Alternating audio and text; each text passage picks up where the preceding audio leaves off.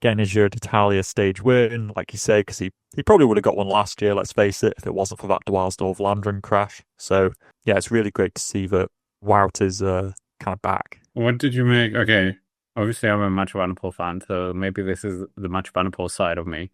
What do you make of his wheel sucking for most of the time on Isaac Del Toro? I mean, Isaac Del Toro was going to gain the GC advantage and the Malia Rosa, but Wow wasn't really pulling his weight. So obviously he was worried about Del Toro's kick on up to the Piazza del Campo, but yeah, he could have It's done a few more turns.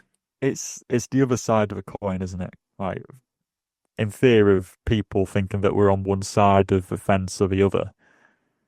Wout won today, but my word, like Del Toro was doing all the work in that last 20k. Like Wout didn't pull a single turn, and he just about beat Del Toro. And I think that's really perhaps just a testament to how good Del Toro is. But yeah, you could say that Wout and I pretty much just had an armchair ride throughout kind of like the whole day from that gravel sector where it split up. He didn't pull a single turn, and he kind of just about came round at the end.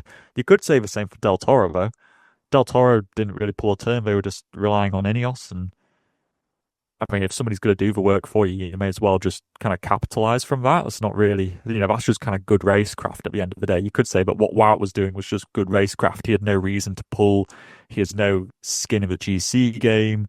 He was there purely for the stage. And the best chances of him increasing his odds of winning were to just sit on. So from a tactical perspective, he did the correct thing, but I can understand why people would be a bit like, yeah, he won, but it was kind of like a little bit of like he didn't have to do loads to win it, let's say. Yeah, because normally you see like the guy going for the stage, he'll do a lot of work for the GC guy to help him, and that gets gift to the stage. But I think between Visma Lease Bike and UAE Team Emirates, there are no gifts. So those two teams that are very big competitors against each other. Yeah, I mean, Wild, as you said, doing what needed to be done, and it probably pulled the card of my GC guy is in the next group, Simon Yates, so I can't help you. Yeah, and it was very funny with what you said with UAE pulling against Isaac Del Toro. But that aside, Isaac Del Toro, what a magnificent ride by him. Very good gravel rider, two times in Strade Bianche. Classica at high end, he was second place and becomes the first ever Mexican to pull on the Malia Rosa. So, I mean, with that in mind, Patrick, how big of a threat is he for potentially getting the win overall? I think he's a pretty big threat, because he's not, some rubbish climber either. And I would say GC standings at the moment is that Del Toro leads a minute and 13 on his teammate Juan Ayuso in second place. Antonio Tiberi goes up to third, Carapaz fourth, Ciccone fifth, Simon Yates sixth, Egan Bernal seventh, Brandon McNulty eighth, Adam Yates ninth, and Roglic drops 7 places to 10th. So Roglic is 2 minutes and 25 behind Del Toro. And this is why I think that Del Toro is a threat, because his biggest competitor right now is his teammate Juan Ayuso. And this kind of goes back to what we were talking about in the recap the other day, which is we were talking about the internal politics. And I was like, nah, they'll just go for Ayuso.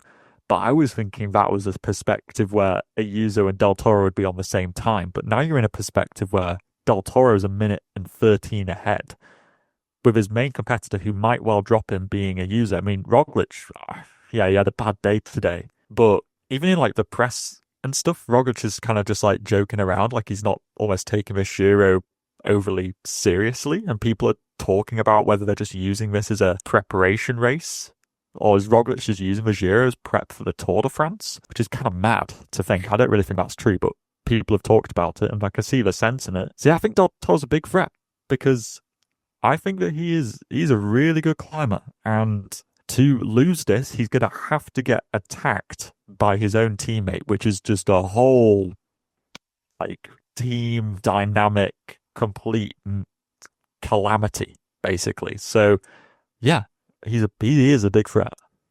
I think Ayuso is hoping for that time trial to swing it towards himself, because the unwritten rule that you don't attack a teammate who's in the Maglia Rosa is kind of like It's gonna test some tension within, or test the loyalties within the team as well. I think maybe who knows if there's gonna be a split team.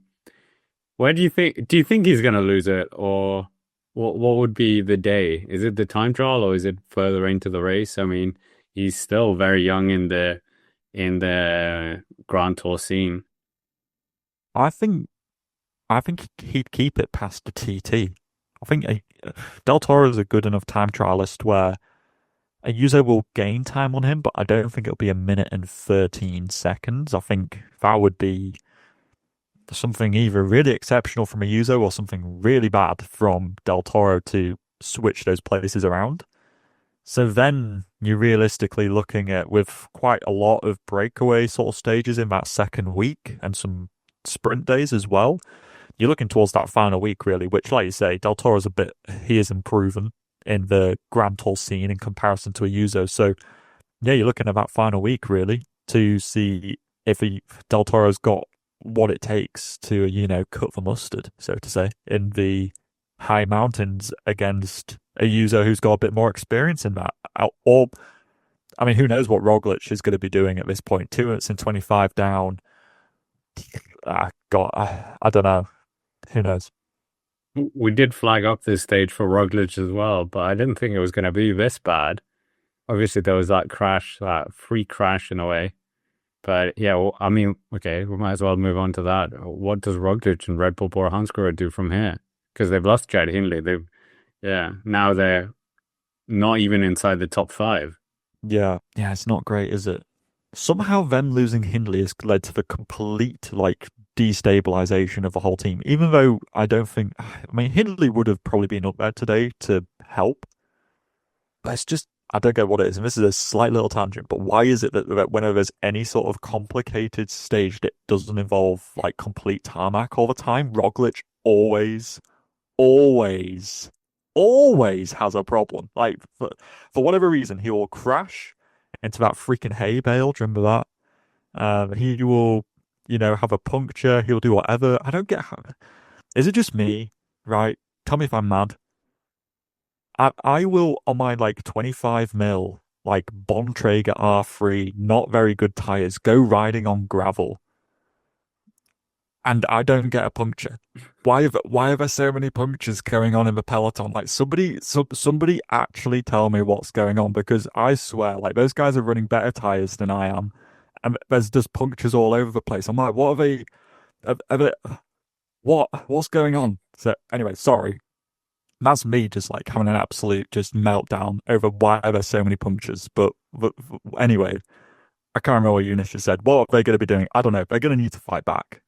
Either they fight back or Roglic may as well just DNF a race and go and prepare for the tour. I hope not.